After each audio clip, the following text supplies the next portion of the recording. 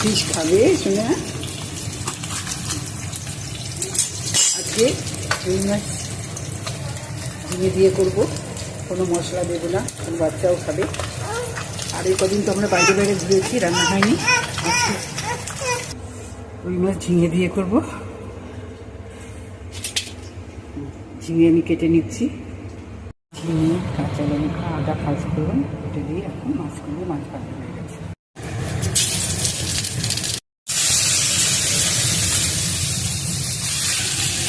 আদা কেটে দিলাম, নুন হলুদ দিলাম, কাঁচা লঙ্কা,